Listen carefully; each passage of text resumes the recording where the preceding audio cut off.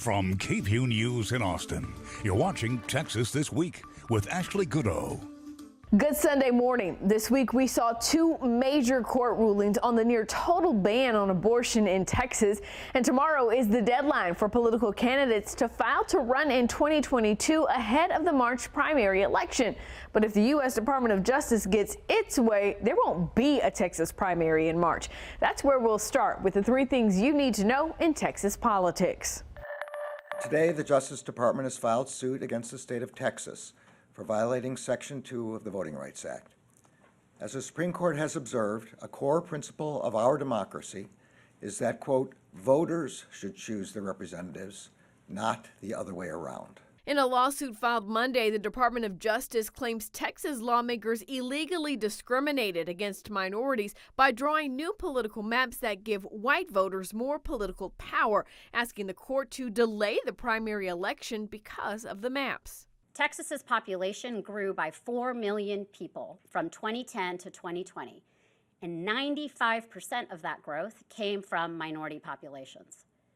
Despite this significant increase in the number and proportion of eligible Latino and Black voters in Texas, the newly enacted redistricting plans will not allow minority voters an equal opportunity to elect representatives of their choice. Instead, our investigation determined that Texas's redistricting plans will dilute the increased minority voting strength that should have developed from these significant demographic shifts. The DOJ now joins a handful of other groups suing the state over redistricting. New polling shows Governor Greg Abbott would defeat Democrat Beto O'Rourke in a hypothetical matchup. A Quinnipiac University poll of registered voters conducted earlier this month asked Texans who they would vote for if the election were held today. 52% back Abbott, while 37% say they would vote for O'Rourke. Abbott, even popular with some Texas Democrats, 6% say they would vote for the current Republican governor over O'Rourke. Leaders of the Electric Reliability Council of Texas and Public Utility Commission are promising Texans the lights will stay on this winter. The groups held a joint news conference Wednesday to reassure Texans of the electric grid's reliability. But this comes after ERCOT published a report stating blackouts are possible if Texas sees another winter storm like the one we had in February. Still, leaders say the majority of electric generators met the deadline to file their winterization compliance reports on time. Two significant rulings on Texas's new abortion law came down this week. Senate Bill 8, or the Texas Heartbeat Act, bans doctors from performing abortions once fetal cardiac activity is detected. The law is not enforced by the state, but rather allows almost anyone to sue the doctor and anyone else who helps a woman get an abortion and get at least $10,000. Reese Oxner, breaking news reporter for the Texas Tribune, joined us to break down what these rulings mean. Let's start with the Supreme Court ruling. The justices heard arguments not on the actual law itself, but whether abortion providers can sue the state, in part because the state is not who enforces the law. Explain to us the basis of the lawsuit and the ruling. Sure. So yeah, the Supreme Court is really, they're looking at the law, but they're not looking at the overall constitutionally necessarily, and they're not looking at abortion rights in general. They're looking at kind of the technical things that go along with the law that make it possible. And so today, I would say it was kind of a mixed bag. Both sides were kind of claiming it as a partial victory, whereas abortion providers later kind of were more strongly considering this a loss, calling it a dark day, and that it's not very sustainable to keep going on with this law in place.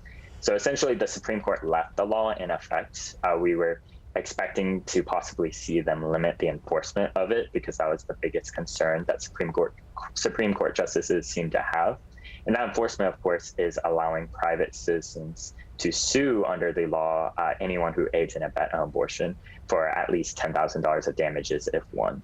And so that's what kind of was being targeted today. And the Supreme Court essentially put that back on the U.S. District Court, allowing that lawsuit to resume to determine the constitutionality of the law. Abortion still allowed, or still banned rather, under SB 8 currently in Texas? Yeah, so SB 8 is continuing in its full force. It's been in effect for a little bit over 100 days now. There was a temporary 2-day ban, but that was quickly rolled back, or a temporary block of the law. And so effectively, abortion providers aren't going to be resuming their procedures just because the Supreme Court allowed the lawsuit to continue. Also this week, a district judge made a ruling in a case that actually did question the constitutionality of the law. Talk to us about those lawsuits that were filed. Sure. So the thing to note about this case in particular and this judge's order is that it's in state court. And so he had a very limited jurisdiction of what he could actually do. And so I'll break it down into two things. So the first thing, it directly impacts the 14 cases his court was in charge of. So these are 14 cases filed by individuals or organizations challenging the law's constitutionality. So these are doctors or abortion funds or even just pro-abortion groups. And so they were challenging mostly Texas Right to Life because that organization is anti-abortion and promised to sue people who violate the law. And so basically what the judge did is he declared it unconstitutional, those lawsuits, and said that Texas Right to Life can't sue those plaintiffs.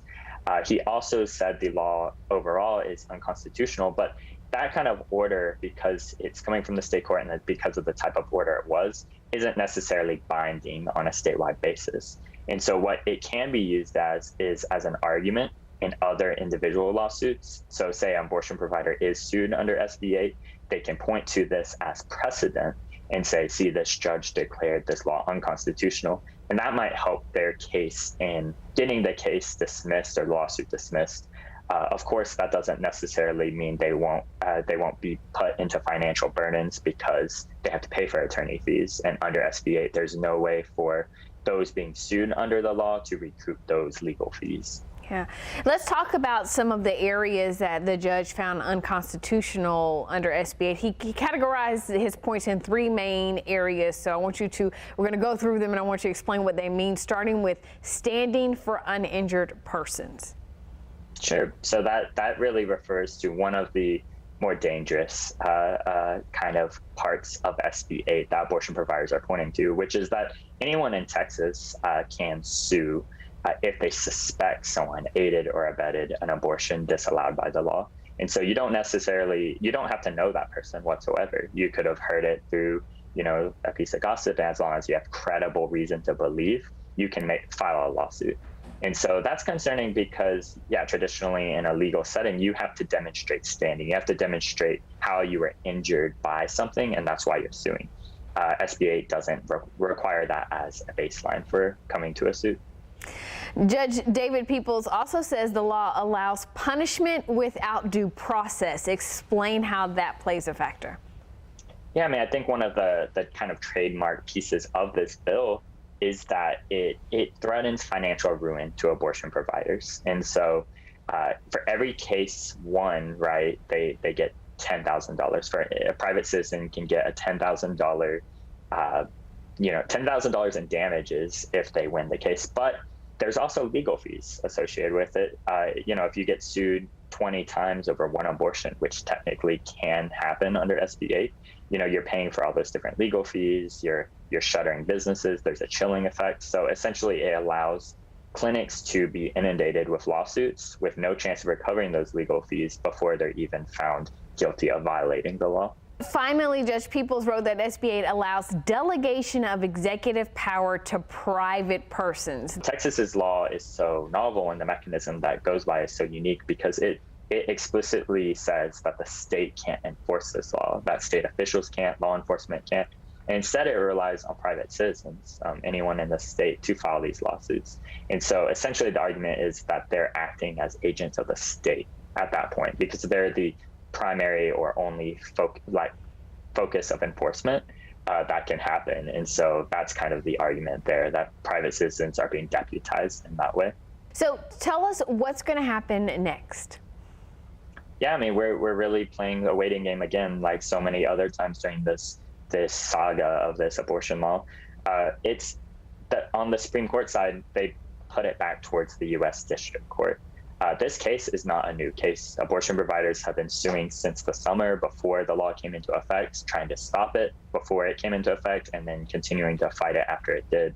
And so the Supreme Court basically revived these legal proceedings because it's been pretty much frozen after the Fifth Circuit canceled a hearing that was supposed to go over its constitutionality and kind of took over the case, and we haven't heard anything since. The Supreme Court was able to essentially leapfrog the appellate court, the Fifth Circuit, in order to get the case going again.